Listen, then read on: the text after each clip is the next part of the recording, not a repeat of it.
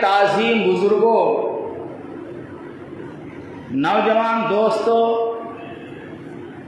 محترم سامعین، قوم کے معماروں،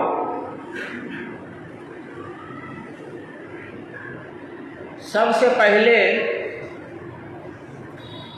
ہم اللہ رب العالمین کی تعریف، توصیف، بڑائی اور کبریائی بیان کرتے ہیں جو ہمارا خالق،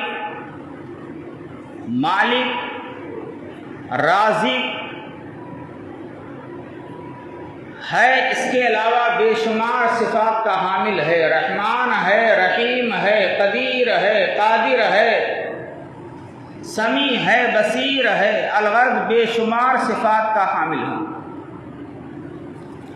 اللہ رب العالمین خالق ہے۔ اللہ تعالیٰ کے احسانات، انعامات ہم بندوں پر بے شمار ہیں۔ اگر ہم انہیں شمار کرنا چاہیں، گننا چاہیں تو شمار نہیں کر سکتے۔ دلیل قرآن مجید میں اللہ کا ارشاد ہے وَإِن تَعُدُّوا نِعْمَتَ اللَّهِ لَا تُحْصُوهَا، کہ اے میرے بندو، ہم نے تمہارے اوپر جو انعامات، احسانات کیے ہیں، سورج، چاند، آسمان، زمین، شمس و قمر، آب و ہوا، غذا، خوراک، روح، اولاد، علم، صحت وغیرہ، یہ ہماری وہ نعمتیں ہیں جن کو تم شمار کرنا چاہو، گننا چاہو تو گن نہیں سکتے۔ اللہ تعالیٰ خالق ہے۔ اللہ کی جتنی بھی تعریف کی جائے، حمد و ثنا بیان کی جائے، کبریائی اور بڑائی بیان کی جائے، کم ہے۔ ہم مخلوق کی حیثیت سے صرف اتنا کہہ سکتے ہیں الحمدللہ حمدا کثیرا طیبا مبارکا فی سبحان اللہ وبحمدہ سبحان اللہ۔ اللہ تعالیٰ کی حمد و ثنا کے بعد اس روئے زمین پر سب سے زیادہ درود و سلام کے مستحق اگر کوئی ہستی ہے تو وہ انبیاء کی ہستی ہے، پیغمبروں کی ہستی ہے اور رسولوں کی ہستی ہے، جنہوں نے اللہ تعالیٰ کا پیغام من و ان امت تک پہنچایا، کمی بیشی نہیں کی۔ اور اللہ کا پیغام پہنچانے کے لیے تمام انبیاء کرام نے اللہ سب کی قبروں کو نور سے بھر دے، سب نے ہر طرح کی قربانیاں دیں، مصائب و آلام سے دوچار ہوئے، خصوصاً آخری نبی جناب محمد رسول اللہ صلی اللہ علیہ وسلم جو خاتم الانبیاء ہیں، سید المرسلین ہیں، محسن انسانیت ہیں، قائد اعظم ہیں، نبی رحمت ہیں، رحمت للعالمین ہیں، جن کو شاعر کہا گیا، مجنون کہا گیا، ساحر کہا گیا، مکہ کے اوباشوں نے آپ کو پتھروں سے مار مار کر لولہان کر دیا، مکہ والوں نے آپ کا جینا دوبھر کر دیا۔ آپ نے اللہ کا پیغام بھٹکتی ہوئی انسانیت تک پہنچانے کے لیے ہر طرح کی قربانیاں پیش کی۔ ایسے نبی پر اگر ہم لاکھوں کروڑ درود و سلام نہ بھیجیں تو ایک امت کا فرد ہونے کی وجہ سے ہم نبی کا حق ادا نہیں کر سکتے۔ نبی کریم صلی اللہ علیہ وسلم کے ذریعے سے جو دین ہم کو ملا وہ سب سے بہتر دین اسلام ملا۔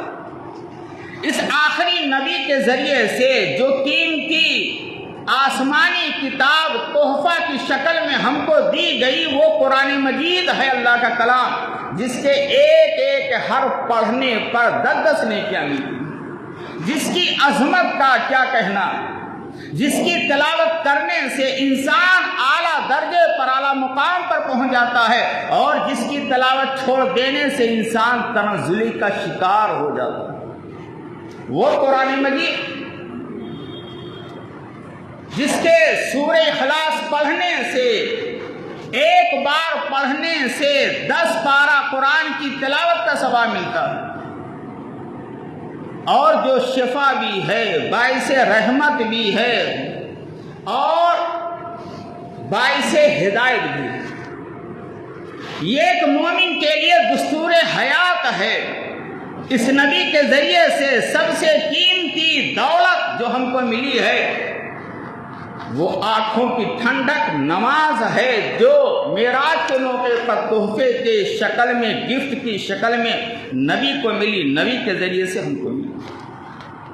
اور اس سے بڑھ کر کے نبی کے احسانات میں سے ایک احسان یہ بھی ہے میرے بھائیوں، سب سے قیمتی دولت توحید کی دولت ہم کو ملی، جس کے بغیر کوئی بھی عمل اللہ کے دربار میں قبول نہیں ہو سکتا ہے جب تک اس کے اندر خلوص للہیت نہ ہو اور کام کرنے والے کا، مومن کا عقیدہ درست نہ ہو۔ بغیر عقیدے توحید کے پہاڑ کے برابر بھی کیا ہوا عمل ردی کی ٹوکری میں ڈال دیا جائے گا، اللہ کے دربار میں قابل قبول نہیں۔ اسی لیے ایک مومن کی حیثیت سے ہمارے لیے ضروری ہے کہ ہم نبی کے حقوق میں سے کئی حقوق ہیں۔ ایک حق یہ بھی ہے کہ جب نبی کریم صلی اللہ علیہ وسلم کا نام آئے تو ہماری زبان کھل جانی چاہیے اور ہماری زبان سے مختصر درود و سلام صلی اللہ علیہ وسلم ضرور نکلنا چاہیے۔ اور اس کا فائدہ بھی پیارے نبی نے فرمایا، صحیح حدیث ہے، من صلی علیہ واحدۃ صلی اللہ علیہ عشرہ، جو مسلمان میرا نام آنے پر ایک بار درود و سلام بھیجے گا، بدلے میں اللہ تعالیٰ 10 رحمتیں نازل فرمائے گا۔ اور ایک دوسری حدیث میں پیارے نبی نے فرمایا، سب سے بڑا بخیل، کنجوس وہ مسلمان ہے جس کے سامنے میرا نام لیا جائے، میرا تذکرہ ہو، ذکر خیر ہو، ذکر محمد ہو، ذکر احمد ہو، اور میرا نام آنے پر وہ درود و سلام نہ بھیجے، اس سے بڑا بخیل کنجوس کوئی نہیں ہو سکتا۔ میرے بھائیو دوستو، تمام انبیاء پر، خصوصاً آخری نبی جناب محمد رسول اللہ صلی اللہ علیہ وسلم پہ لاکھوں کروڑوں اربوں خربوں درود و سلام نازل ہو۔ کیوں درود بھیجا جائے گا؟ اس لیے کہ سورہ احزاب میں اللہ نے درود و سلام بھیجنے کا حکم بھی دیا ہے۔ اللہ نے فرمایا، ان اللہ وملائکۃ یصلون علی النبی یا ایھا الذین آمنوا صلوا علیہ وسلموا تسلیما۔ میرے بھائیو دوستو، آج کے خطبہ جمعہ کا ہمارا جو ٹاپک ہے، جو موضوع ہے، وہ ہے آج کے مسلمانوں کا پیارے نبی سے محبت کا محبت رسول۔ مسلمانوں کا نبی سے محبت کا معیار کیا ہے اور کیا ہونا چاہیے؟ میرے بھائیو،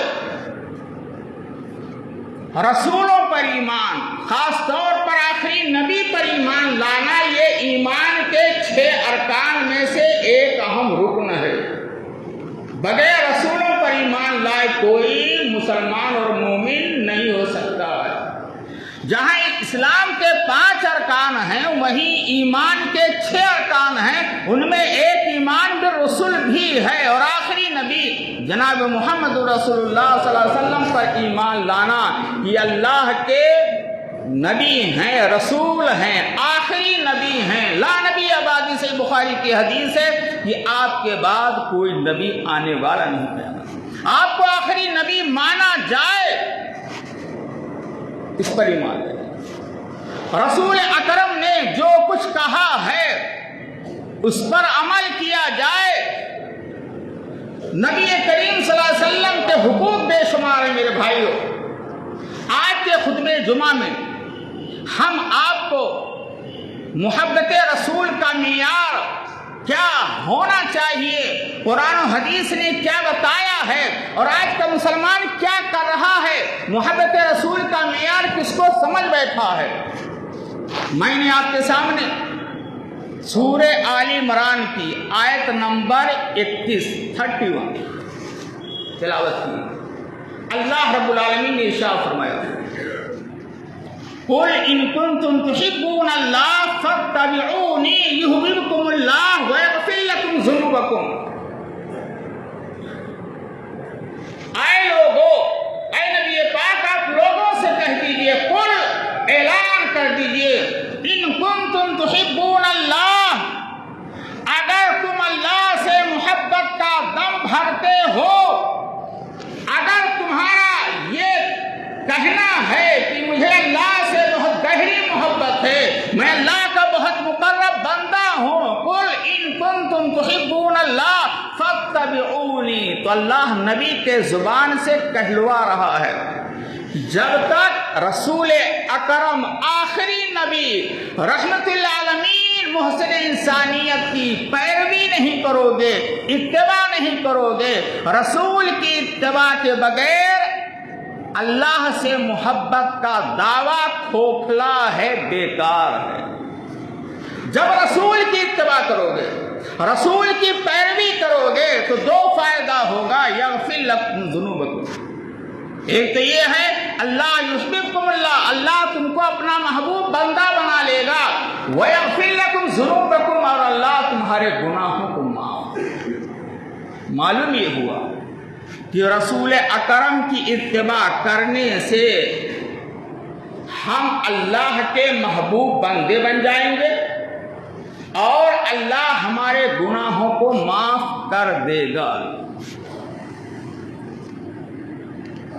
ایک اور آیت کریمہ اللہ نے ارشاد فرمایا وَمَا آتَاكُمُ الرَّسُولُ فَخُذُوهُ وَمَا نَهَاكُمْ عَنْهُ فَانْتَهُوا، اے لوگو، تمہارا آخری نبی، آخری رسول محمد صلی اللہ علیہ وسلم جو کچھ تم کو دیں، اللہ کا پیغام تم تک پہنچائیں، اس کو لے لو، اس پر عمل کرو، اور جس سے منع کریں اس سے باز آ جاؤ، اوامر پر عمل کرو، منہیات سے رک جاؤ۔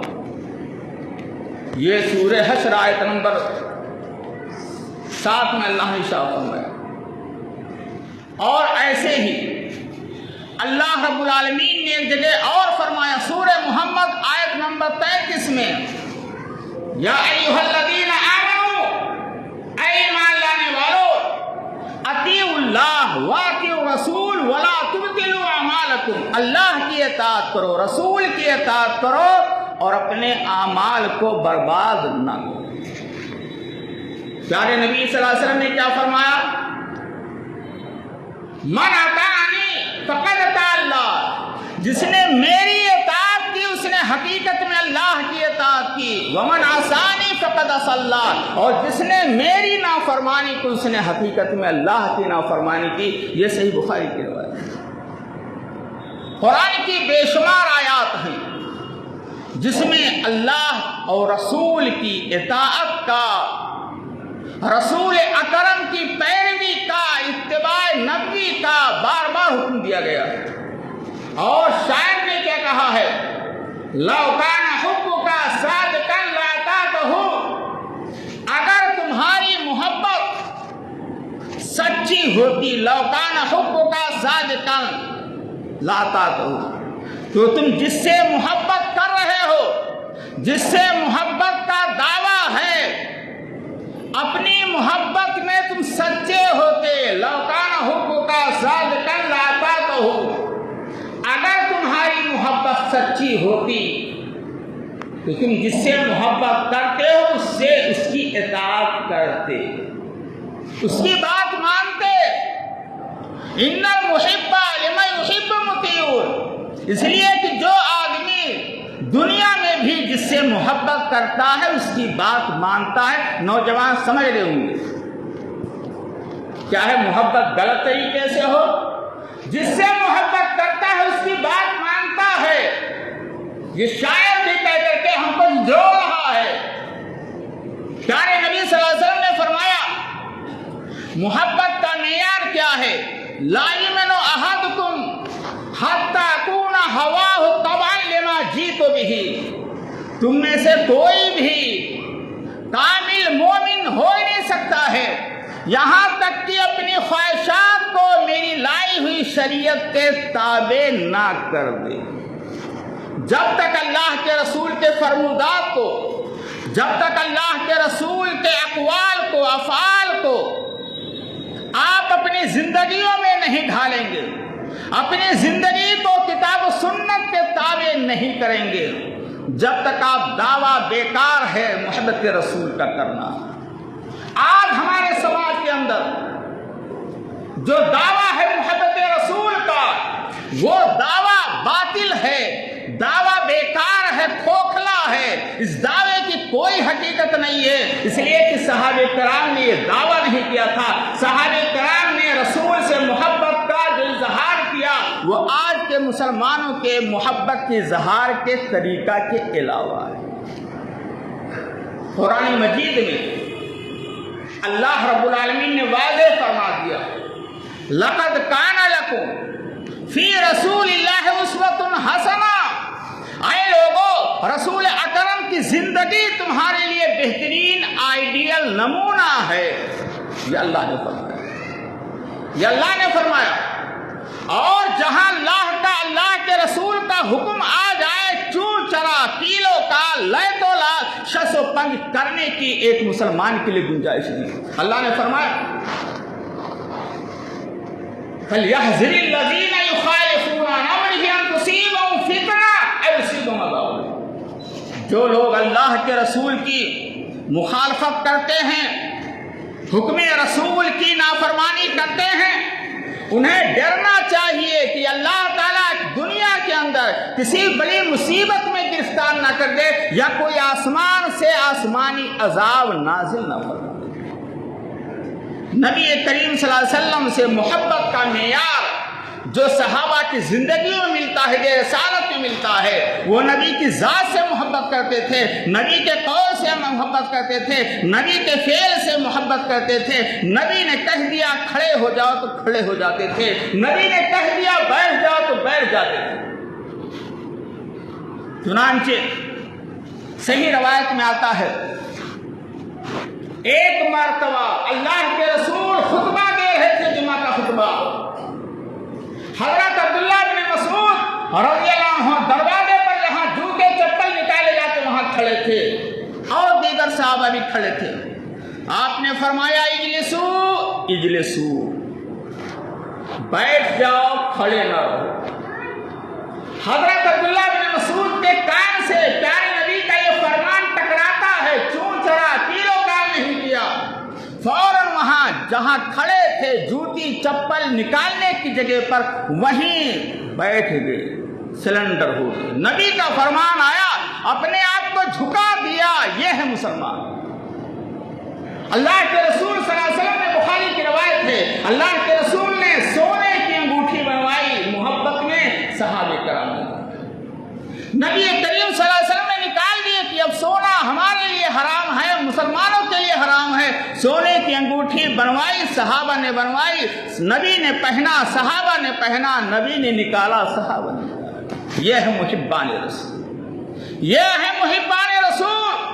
نبی کو جیسا دیکھا ویسا نبی نے کیا، صحابہ نے کیا، نبی نے منع کیا، صحابہ رکے، نبی نے نکالا، سونے کی انگوٹھی کو نکالا۔ اللہ، وہ خریم ازدی صحابی، خریم ازدی رضی اللہ عنہ تاج رسول، مجلس میں موجود نہیں ہے، صحیح روایت میں آتا ہے کہ اللہ کے رسول صلی اللہ علیہ وسلم نے خریم ازدی کا تذکرہ کیا مجلس میں، اور کہا خریم ازدی بہت ہی اچھے انسان ہیں، بہت ہی گڈ آدمی ہیں، کاش کہ ان کے اندر دو خرابیاں نہ ہوتی، کاش کہ ان کی لنگی ازار تہبند ٹکنے کے نیچے نہ ہوتا، اور ان کا بال کندھے سے نیچے نہ ہوتا، کان کی لو سے نیچے نہ ہوتا، بال بڑے تھے، ازار لنگی ٹکنے سے نیچے۔ مجلس ختم ہو گئی، ایک صحابی نے جا کر کے ذکر کیا کہ آج آپ کا تذکرہ ہو رہا تھا، ذکر خیر ہو رہا تھا، لیکن دو خامیاں نبی نے آپ کے بارے میں بتائی۔ کہا دو خامیاں، کہا کیا؟ کہا یہ، کہا صرف دو ہی خرابیاں ہیں، جی ہاں، فوراً کینچی اٹھائی، بال چھوٹا کر آیا، ازار تہبند لنگی ٹکنے سے نیچے جو لٹک گئی اس کو چھوٹا کہا۔ جب نبی نے کہا 2 خرابیاں تو ابھی دور کر دیتا ہوں۔ آج ہمارا اور آپ کا حال کیا ہے؟ ہزاروں خرابیاں ہیں، ہزاروں نہیں لاکھوں خرابیاں ہیں، سنت رسول کے خلاف ہماری پوری زندگی گزر رہی ہے، چل رہی ہے، اور ہمیں ٹینشن نہیں ہو رہا۔ آج مسلمان رسول سے محبت کا اظہار ہو رہا ہے مسلمانوں میں۔ آج دیکھ لیجیے مہینہ شروع ہو گیا ہے، ربیع الاول کا مہینہ، یہ ہجری سال کا 3را مہینہ ہے ربیع سال کا، اور یہ موسم بہار کا مہینہ ہے، اس لیے عرب کے لوگ اس کو ربیع الاول کے نام سے یاد کرتے ہیں۔ اس مہینے میں اللہ کے رسول کی 9 تاریخ کو ولادت ہوئی ہے، 12 کو وفات ہوئی ہے بس، اور یہ مہینہ ویسے ہے جیسے اور مہینے ہیں، جیسے اور مہینے میں قرآن کی تلاوت ذکر و اذکار کیے جاتے ہیں، ایسے اس مہینے میں، اس مہینے کی کوئی خاص فضیلت، کوئی خاص عمل صحیح حدیثوں سے ثابت نہیں ہے۔ آج ہمارا مسلمان نبی سے محبت کا دعوے دار اپنے آپ کو عاشقان رسول کے نام سے یاد کرتا ہے، جبکہ ایک نقطہ بھی معلوم ہونا چاہیے کہ عشق کا لفظ پیارے نبی کے لیے، اللہ کے لیے، ماں باپ کے لیے، رشتہ داروں کے لیے جائز نہیں استعمال کیا۔ آپ تصور کیجیے عشق میں کیا ہوتا ہے۔ اگر میں اپنی ماں سے کہوں نعوذ باللہ کہ ماں مجھ کو آپ سے عشق ہے، اپنی بہن بیٹی سے کہوں کہ مجھے آپ سے عشق ہے، تو بتائیے کیا دیتے؟ کیا کوئی مسلمان تصور کر سکتا ہے؟ اور ہمارے آخری نبی، نبیوں کے سردار، اس نبی کے ساتھ آج کے مسلمانوں کا یہ برتاؤ ہو رہا ہے کہ عاشقان رسول، عشق کا لفظ پیارے نبی کے لیے استعمال ہو رہا ہے۔ یہ نبی کی شان میں گستاخی نہیں تو اور کیا ہے؟ سال میں 2 عید ہے، عید الفطر اور عید الاضحیٰ۔ آپ دیکھ لیجئے جشن میلاد النبی، عید میلاد النبی 3رے عید کا، اور باقاعدہ مبارکبادیاں ہو رہی ہیں واٹس ایپ پر، سوشل میڈیا پر، جشن میلاد النبی۔ اور آج کا مسلمان، افسوس کی بات ہے کہ اپنے آپ کو مسلمان کہتا ہے، لیکن میں کس زبان سے مسلمان کہوں؟ وہ یہ سمجھتا ہے کہ بائک پر، گاڑیوں پر، کمروں میں، دکانوں میں، چھتوں پر ہرے جھنڈے یا رسول اللہ لکھ کر کے لگا لینے سے، اور جشن میلاد النبی کی تصویر چھاپ لینے سے، اور روز اقدس کا نقشہ بنا لینے سے رسول سے محبت کا اظہار ہو جائے گا۔ کوئی مسلمان یہ سمجھتا ہے کہ یا رسول اللہ کے نعرے لگا لینے سے ہوگا، یہ سب محبت کھوکھلے ہیں، ہمارے نبی نے یہ کرنے کا حکم نہیں دیا ہے، لہذا جشن میلاد النبی منانا یا کسی کا برتھ ڈے منانا یہ مذہبی اسلام میں جائز ہی نہیں ہے۔ نہ نبی نے اپنے 63 سالہ زندگی میں منایا، نہ ازواج مطہرات نے منایا، نہ بنات رسول نے منایا، نہ صحابہ نے منایا، نہ عشرہ مبشرین نے منایا، اور نہ ہی خلفائے راشدین نے منایا، اور نہ ہی صحابہ کرام تابعین بزرگان دین۔ کیا ان کو نبی سے محبت نہیں تھی؟ کیا ان کی محبت میں کمی تھی؟ ہم محبت کے دعوے دار زیادہ ہیں۔ سوچنے کی بات ہے، سوچنے کی بات ہے۔ پیارے نبی نے فرمایا تھا لا یؤمن احدکم حتی، تم میں سے کوئی بھی آدمی کامل مومن نہیں ہو سکتا حتی اکون احب الیہ من والدہ و ولدہ والناس اجمعین، سے مسلم کی روایت۔ جب تک میں اس کی نگاہ میں اس کے والدین، اولاد اور تمام لوگوں سے زیادہ محبوب نہ ہو جاؤں۔ آج ہماری نظر میں اللہ کے رسول کی ذات سے زیادہ، معاف کیجیے گا بات تلخ ہو جائے گی، اللہ کے رسول کی ذات سے زیادہ ہمیں اپنی بیویوں سے محبت ہے، رسول کی ذات سے زیادہ ہمیں اپنی اولاد سے محبت ہے، رسول کی ذات سے زیادہ سنت رسول سے محبت کے بجائے ہمیں دنیا داری سے محبت ہے، مال و متاع سے محبت ہے، حلال کمائی سے محبت نہیں نہیں، حرام کمائی سے محبت ہے، حلال روزی سے محبت نہیں، حرام روزی کھانے کھلانے سے محبت ہے۔ جس کو اللہ کے رسول نے حرام کیا ہے اس سے ہمیں محبت ہے، اور جس کو حلال کیا ہے اس سے ہمیں محبت نہیں ہے۔ یہی وجہ ہے کہ آج کا مسلمان، پیارے نبی نے فرمایا تھا، صحیح بخاری کی حدیث ہے، لا يدخل جنت قاطع رحم، رشتہ داری کو کاٹنے والا جنت میں اول وقت میں داخل نہیں ہوگا۔ یہ نبی نے فرمایا۔ اگر ہمیں نبی سے محبت ہے تو اپنا جائزہ لے لو دیوار میں ہاتھ ڈال کر کو۔ بھائی سے گفتگو بند، باپ سے ناراض، اماں سے ناراض، فرینڈ سے ناراض، چچا سے ناراض، ماموں سے ناراض، خالو سے ناراض، پڑوسی سے ناراض، معمولی بات پر ناراضگی سالہ سال، قطع تعلق، گفتگو کرنے کے لیے تیار نہیں۔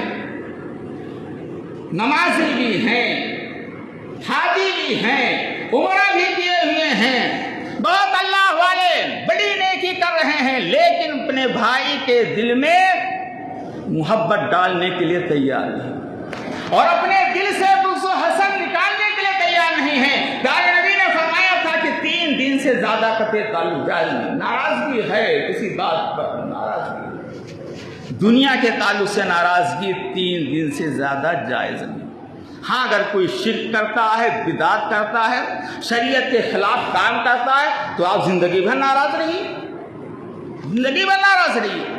لیکن یہاں صورتحال یہ ہے کہ یہاں ہماری ناراضگی دنیا کے خاطر ہونی چاہیے، وہ نہیں ہے۔ ہماری بیوی فجر کی نماز پڑھنے کے لیے تیار نہیں ہے، ہم بیوی سے ناراض نہیں ہو پاتے۔ اولاد بے نمازی ہے، ہماری ناراضگی اولاد سے نہیں ہو پاتی۔ کیوں؟ بیٹا کما کے دے رہا ہے، اگر کچھ کہہ دوں گا، بیٹے کی محبت رسول کی محبت پر غالب ہے۔ بیوی کی محبت، بیوی کہتی ہے فجر میں اٹھ کے نہیں جانا ہے، بیوی کہتی ہے آج بازار چلنا ہے، چلو ہمارے ساتھ۔ بیوی کی محبت رسول کی محبت پر، شریعت پر غالب ہے۔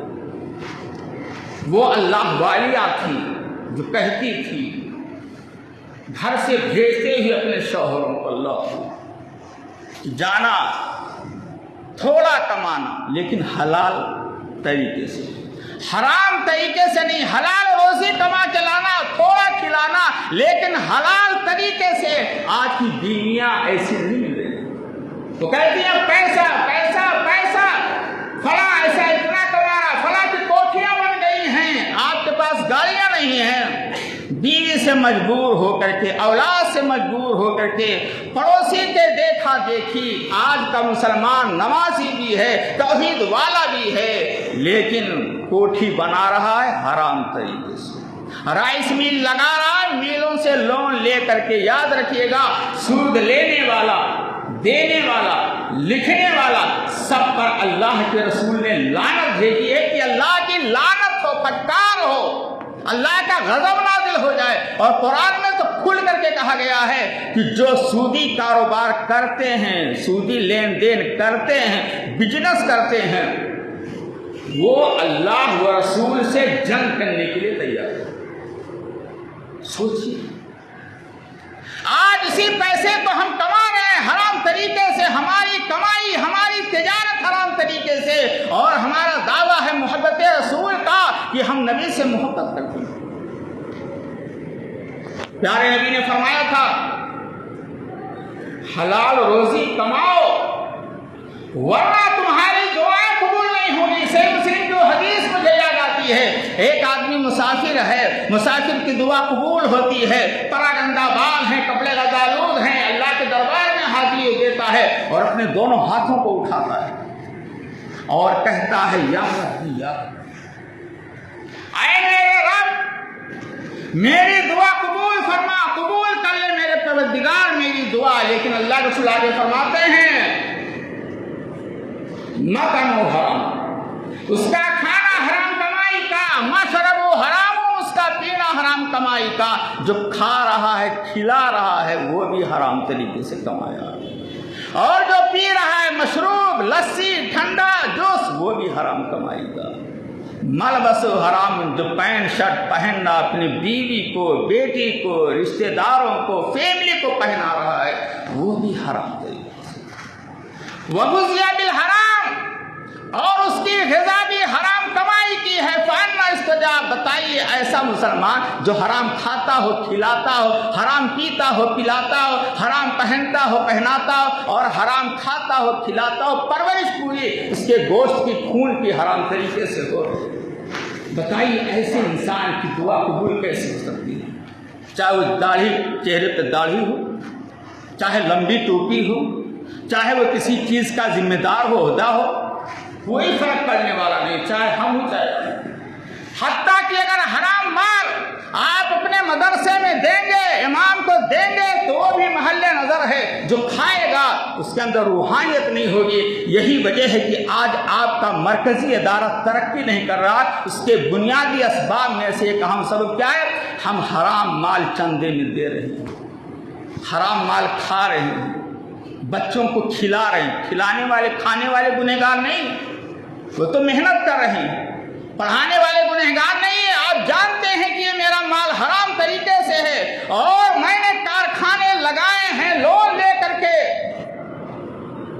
خود فیصلہ کیجئے، میرے فتوے کا یا شریعت کے فتوے کا امداد نہ کیجئے، فیصلہ فتویٰ اپنے ضمیر سے پوچھیے۔ پیارے نبی نے فرمایا تھا اتقوا الظلم، ظلم زیادتی سے بچو، فإن الظلم ظلمات یوم القیامہ، یہ ظلم و زیادتی قیامت کے دن تاریکی لائے گا۔ آج ہمارے سماج کا حال کیا ہے؟ ادھر تو نبی کا فرمان ہے، ادھر نبی کے فرمان کی دھجیاں اڑ رہی ہیں، جو جس کو پاتا ہے ظلم کر رہا ہے۔ معمولی عہدے والا اپنے محتاطوں پر ظلم کر رہا ہے، میل والا اپنے مزدوروں پر ظلم کر رہا ہے، جبکہ حدیثوں میں آیا ہے کہ پسینہ سوکھنے سے پہلے مزدوری دے دو، پیسے ہیں لیکن ٹال مٹول ہو رہا ہے، مزدوروں کے ساتھ اچھا برتاؤ نہیں، بڑوں کا ادب احترام نہیں، چھوٹوں پہ شفقت نہیں، جس کا پایا دبا لیا، جس کا پایا کھا لیا، ہضم ہو گیا، ڈکال لینے کی ضرورت نہیں۔ آج کتنے بھائی ایسے ہوں گے جو اس مسجد میں بیٹھے ہوئے ہوں گے، اپنے سگے بھائی کی زمین کو غلط طریقے سے رشوت دے کر کے افسران سے فیصلہ اپنے حق میں کرا کر کے غصب کیے ہوں گے۔ ایک بالغ زمین، پورا مکان، پورا گھر، پوری دکان سگے بھائی کی، پڑوسی کی، کیوں؟ طاقت ہے، سیاسی لوگوں سے طاقت ہے، پاور ہے، تعلقات ہیں، اپنے تعلقات کی بنا پر رشوت دے کر کے۔ یاد رکھیے گا، اگر اپنے کسی مسلمان بھائی کی زمین کو ایک بارش بھی ہڑپ کیا ہے تو یہ رسول کی مخالفت ہے، گویا کہ آپ رسول سے محبت نہیں کر رہے۔ اور حدیث میں آتا ہے جس نے ایک بارش زمین ہڑپ کی، اسے گلے میں اتنے حصے کا توق پہنایا جائے گا، توق، اور اس کو کہا جائے گا گھسیٹ کر کے اس کو لاؤ میدان محشر میں، اس نے اپنی اولاد کی دنیا بنانے کے لیے اپنی آخرت کو برباد کر دیا تھا۔